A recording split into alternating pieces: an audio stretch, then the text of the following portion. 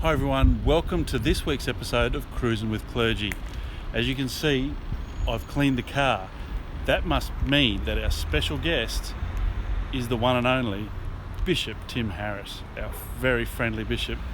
Bishop Tim, welcome to Cruising with Clergy. Neil, nice to be with you. Looking forward to the drive. Let's go. Okay.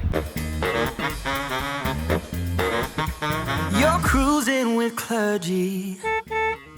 Bishop Tim Harris, welcome to Cruising with Clergy. Thanks, Neil. Nice to be with you. I must say I've never seen a cleaner car. Have you been? No, it's always kept like this. Oh, goodness me. It's like a pristine completely. Right. Yeah. Now, you've been our bishop for 3 years, just recently in May. Yeah. How have you found your time so far? Well, I guess it's, looking back on all of that, it's been an extraordinary ride and experience, and I don't regret any of it. But look, it's been a roller coaster of a ride. There's no question about that. Things that I've become involved with, you could only imagine, I suppose. I mean, you think you know what bishops do. My experience of bishops is that they did certain things, and but until you actually get the job for a start, Got the hat on. you don't really have to experience day by day, and something new comes up every day. You said very early on in that answer, and you said early on in your life as bishop, Yes. that moment that you received the call. Oh, How does that come about? I'll never forget it, no question. I was on my way back from the Gold Coast, where I was serving as parish priest to visit Mum and Dad. I did that every week. And I got a call about a half an hour outside of my destination. And I said hello, and he said, "Bishop Tim," and the voice. And he said, "It's the Nuncio." And I said, "Oh, Your Excellency, how are you?" Not knowing what was to come. However, he said, he obviously worked out I was driving. He said, pull over. And I did. And after about 5 minutes of, I suppose, softening up, small talk about different things, he said, "Look, the Holy Father's appointed you Bishop of Townsville." Now, thank God I pulled over, because, what a shock.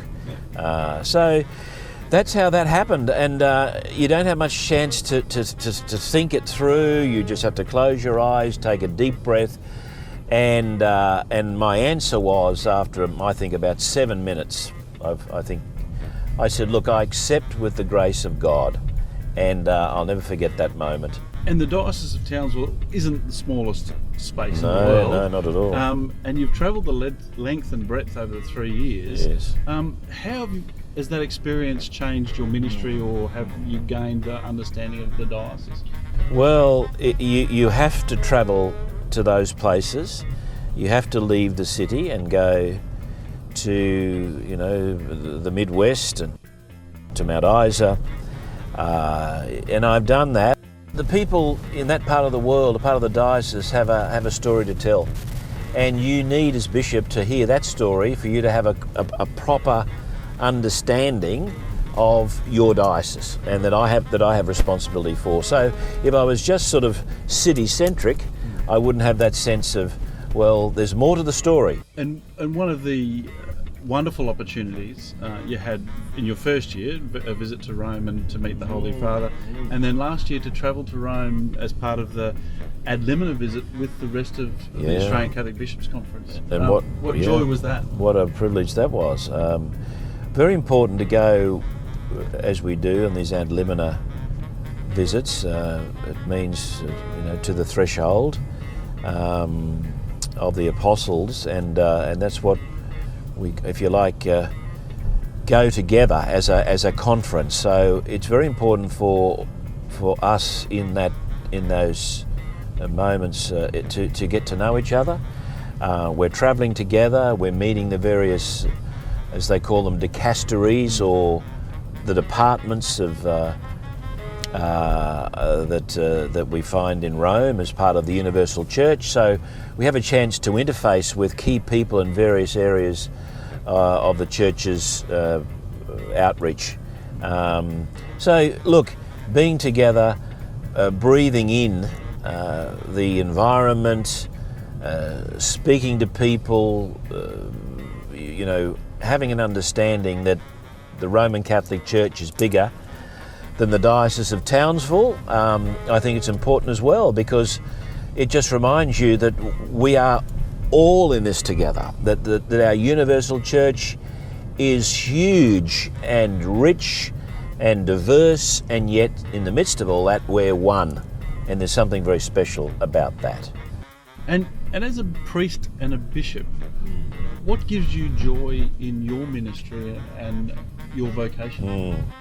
Well, you couldn't do this job, it's not a job, but you know what I'm saying, without the grace of the sacrament. I think God calls, God helps those who God calls, and there's no question about that. God's helping me in all sorts of ways, so I'm very conscious of that, and you just couldn't do it without the grace of the sacrament, no question about that. So look, waking up in the morning, I still, 3 years down the track, I still have a spring in my step. There are more good days than bad, and most days are just extraordinary.